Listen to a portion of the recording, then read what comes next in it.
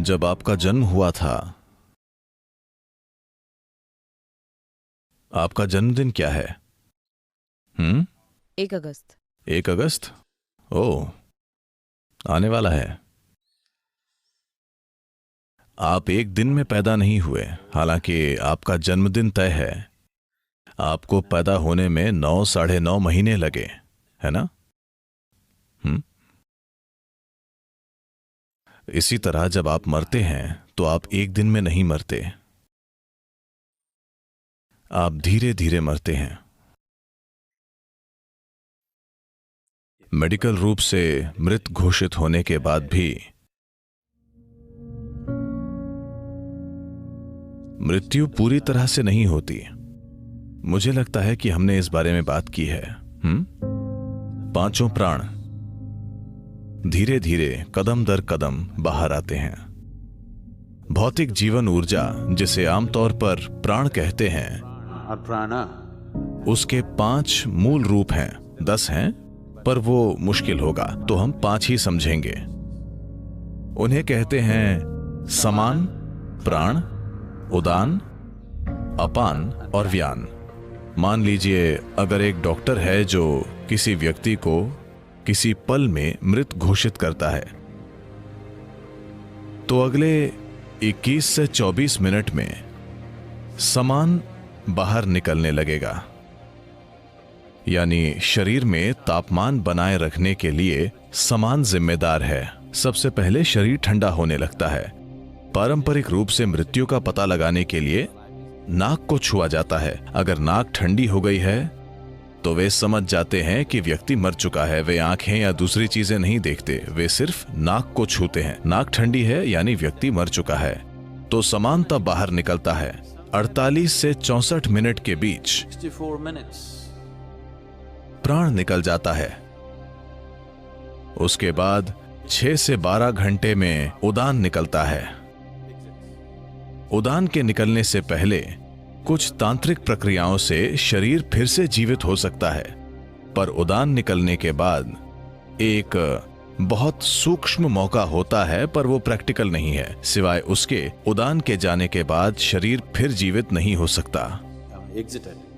अगला है अपान, जो 8 से 18 घंटे के बीच बाहर निकल जाता है। व्यान, जिसकी प्रकृति सुरक्षित रखने की होती है, वो उसके बाद बाहर निकलता है। सामान्य मृत्यु हो तो ये 11 से 14 दिनों तक बाहर आता रहता है। एक दिन शंकरन पिल्लई अलमारी में कुछ ढूंढ रहे थे। कुछ देर बाद पत्नी ने आकर पूछा, क्या कर रहे हो? उन्होंने कहा, नहीं कुछ नहीं, मैं कुछ नहीं कर रहा हूं। पत्नी ने कहा, क्या कह रहे हो कुछ नहीं? मैं पिछले आधे घंटे से देख रही हूं, तुम हमारी शादी का प्रमाण पत्र पढ़ रहे थे। क्या बात है? शंकरन पिल्लई बोले, मैं एक्सपायरी डेट ढूंढ रहा हूं।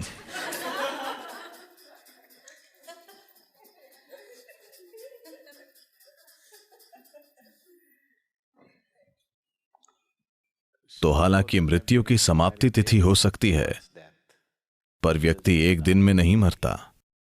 यह एक धीमी प्रक्रिया है। वाकई ये अभी हो रहा है, धीरे धीरे। योग से आप मृत्यु के मार्ग में रुकावट डाल सकते हैं, पर उसे रोक नहीं सकते। हां, दैनिक अभ्यास एक रुकावट है जिससे यह धीमा हो जाता है, पर रुकता नहीं है।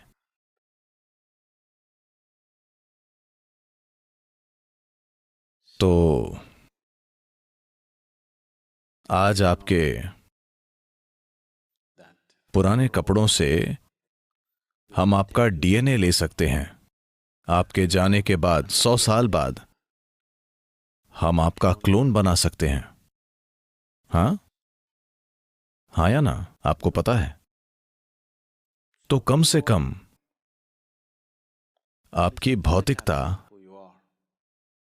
आपके कपड़ों से जो ली जा सकती है, और हम आपको फिर से बना सकते हैं। कम से कम आप जैसा दिखने वाला व्यक्ति बना सकते हैं। हम शरीर बना सकते हैं। तो आप अभी भी हर जगह मौजूद हैं। जब योगी मरते हैं तब उस कुटिया को जला देते हैं जिसमें वे अकेले रहते थे। ऐसा करने का तरीका है, मैं नहीं बताऊंगा क्योंकि मैं नहीं चाहता कि आप यहां कॉटेज में आग लगा दें।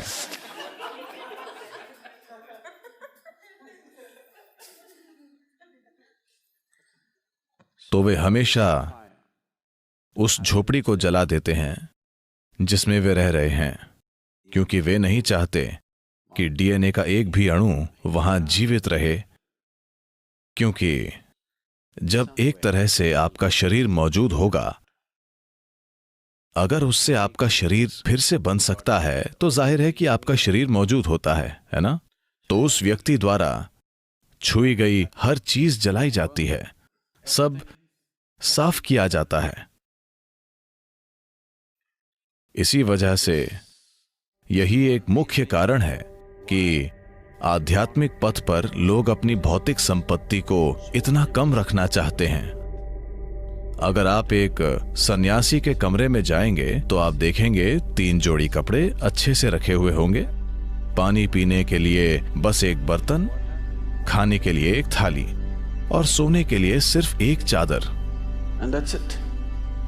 एक भी अतिरिक्त वस्तु नहीं, क्योंकि वो संसार की कई चीजों को छूना नहीं चाहता। वो इसे कम से कम रखना चाहता है, क्योंकि उसे पता है कि यदि वो अपने शरीर को चारों ओर फैलाएगा तो उसे इकट्ठा करना और जाना बहुत कठिन होगा। इसीलिए वो किसी भी तरह के शारीरिक संबंध नहीं बनाता है, क्योंकि वो समझता है कि अगर उसका शरीर हर जगह होगा तो उसे इकट्ठा करके जाना बहुत मुश्किल होगा। जो लोग आपके शरीर से आए हैं वे भी समय आने पर आपके साथ नहीं जाना चाहते। वे नहीं आएंगे। वे कहेंगे आई लव यू, पर वे आएंगे नहीं।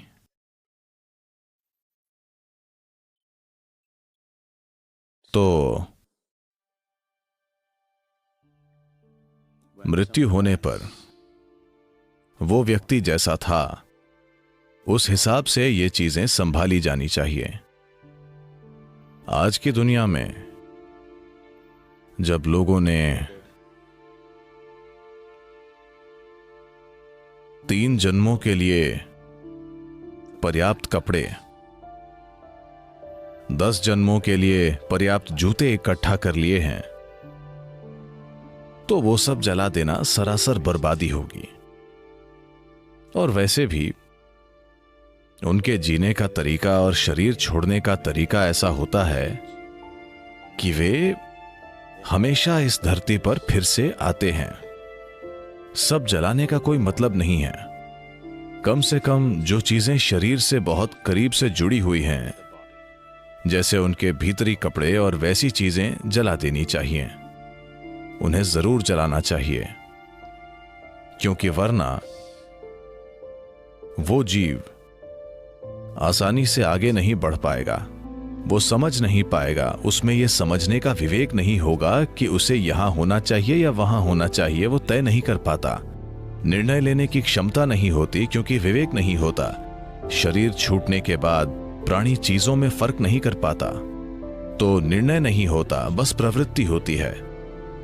यहां बहुत सी चीजें हैं जो शरीर की हैं, वो उनके पास रहेगा, खासकर पहले कुछ दिनों में।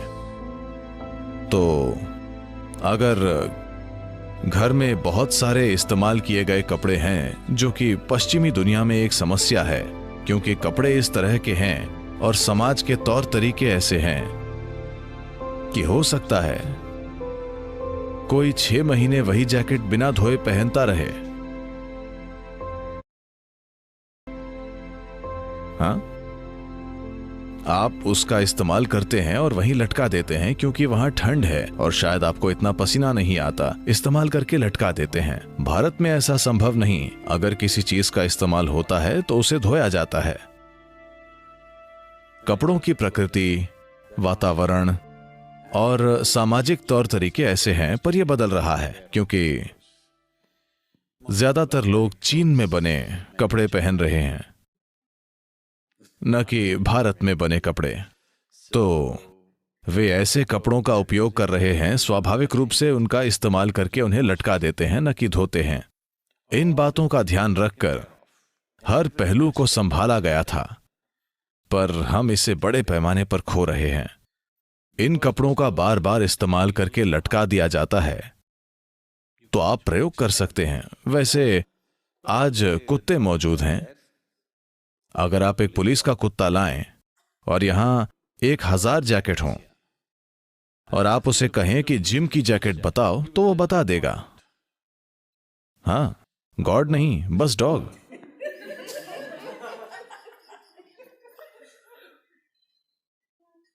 तो जाहिर है आप वहां उस जैकेट में कई तरह से मौजूद हैं, है ना, जिसे कुत्ता भी देख सकता है। तो जब किसी व्यक्ति के जाने के बाद भी उसका शरीर कई रूपों में वहीं होता है, तो कई तरह की ताकतें वहां रहने लगती हैं। न केवल उस व्यक्ति की ऊर्जाएं वहां होती हैं, बल्कि दूसरी कई प्रकार की शक्तियां भी। आपका जैकेट एक तरह से खाली शरीर है, और शरीर को खाली छोड़ना ठीक नहीं है। तो या तो इसे तुरंत धो दीजिए। भारत में सभी महंगे कपड़ों को धो दिया जाता है। पहले 10 या 11 दिनों में सभी कपड़ों को धोकर अलग अलग जगह बांट दिया जाता है, न कि एक ही जगह। सारे कपड़े एक ही परिवार को नहीं दिए जाते। आप ये पक्का करते हैं कि जैकेट यहां जाए, पैंट वहां जाए, वो वहां और ये वहां जाए, ताकि सब कुछ इतना फैल जाए कि कोई भी महत्वपूर्ण उपस्थिति न हो। या फिर शरीर के साथ जो भी कपड़ा गहरा जुड़ा था उसे जला दें। इनमें से एक काम जरूर करना चाहिए। या तो आपको उन्हें 50 राज्यों में देना चाहिए, ताकि बूढ़ा व्यक्ति भ्रमित न रहे कि कहां जाना है, या आपको उन्हें जला देना चाहिए।